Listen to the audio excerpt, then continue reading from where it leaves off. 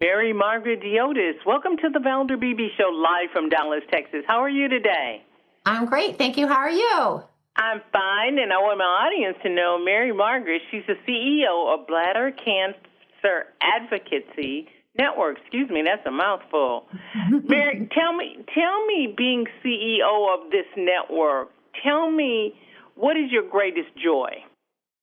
Oh, well, thank you, Valder, first of all, for the opportunity to be with you, and to Urgent for helping promote awareness of bladder cancer, this Bladder Cancer Awareness Month in May.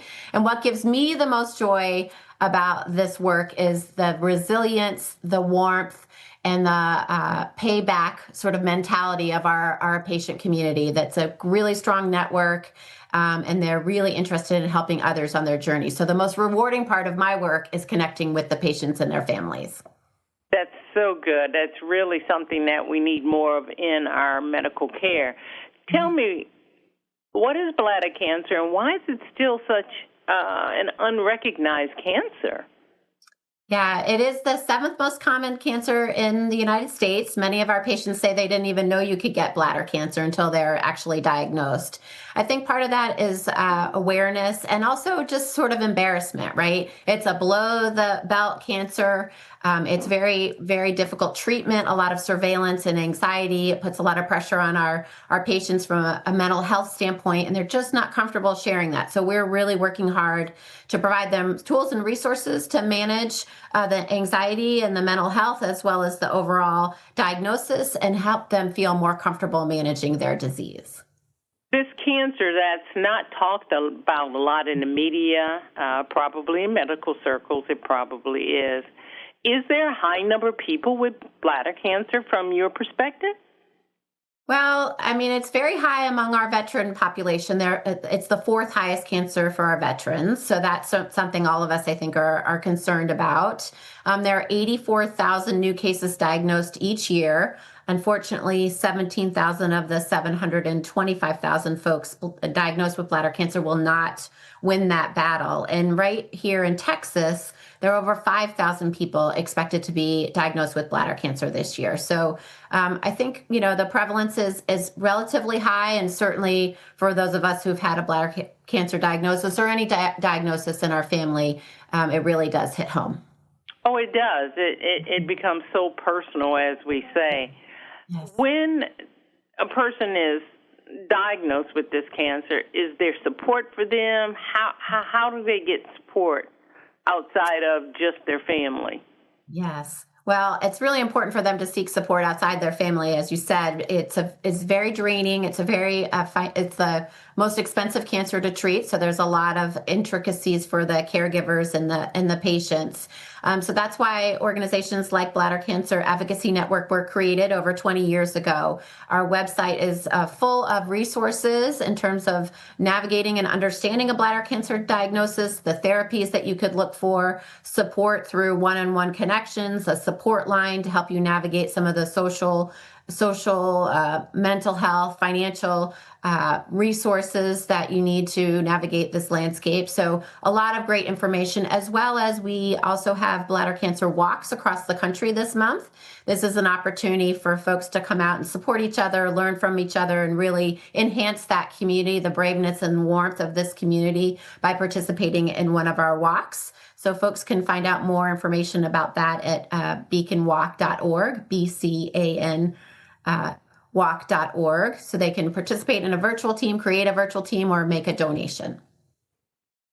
I recently had someone call in and tell me, I was talking on a totally different subject, but it was cancer. And her question was to the interview person, when you get this out-of-body diagnosis, how do you stay in your body? And I had never heard it put that way. How does this affect the patient, the families, the caregivers, the communities as a whole when they get a diagnosis like this in this vulnerable population? To me, veterans are a very vulnerable population. Yes. Your caller is exactly right. Once we've had those words, that word cancer, often our patients don't hear anything else. Most of us don't hear anything else. So it's really important, especially with this kind of cancer. There's a high chance of reoccurrence. 80% of our patients worry about that chance of recurrence, and that's why we really need to support our caregivers as well. They're carrying part of that burden through support groups, one-on-one support, making sure that we're helping them navigate the overall journey is really important. And I think resources like we have something called Bladder Cancer Basics. So when you're in that office, you hear that diagnosis, you're not really able, you have an out-of-body experience as you described, you're not grasping the information you're being given. So this is a great way to follow up, have something to read. It's available hard copy or digitally to really understand the diagnosis and then follow up with your physician on what your options are. It's really important for patients to advocate for themselves. And it doesn't happen, just as you said, usually in that first cancer diagnosis conversation. Okay, I'm going to take this post from someone or they're coming from Facebook. They want to know, does a person have to be a veteran to get help through your advocacy agent network? Absolutely not. We are open to all folks, all comers, as we say. We're happy to support them. One of the things we would advise them, first of all, to understand the biggest sign of bladder cancer is blood in your urine, men and women. If you see blood in your urine, I want to urge you to go right away to see a physician. It could often not be bladder cancer, but it is the only real symptom that we have. I'll also say that if you are diagnosed with multiple UTIs, that's also a sign that you might have something else going on. So we're here to provide resources across the spectrum for patients, caregivers, veterans, non-veteran status, the entire community across the country. There you go, Poster. What a great answer for you. Once again, Margaret, where do we go online to get more information about bladder cancer? You can go to the Bladder Cancer Advocacy Network's website, which is bcan.org. I want to thank you for stopping by and educating my audience on the Valder Beebe Show. This has been totally, totally worth it. Thanks for being my guest. Thank you, Valder, very much. Hi, I'm Valder Beebe, host of the Valder Beebe Show. We have over 1,000 videos on ValderBeebeShow.com and YouTube.com/ValderBeebeShow. We upload new videos daily. Our site is a modern baby boomer platform with news and information important to boomers. Subscribe to YouTube.com/ValderBeebeShow and stay connected as I interview the world's most fascinating people.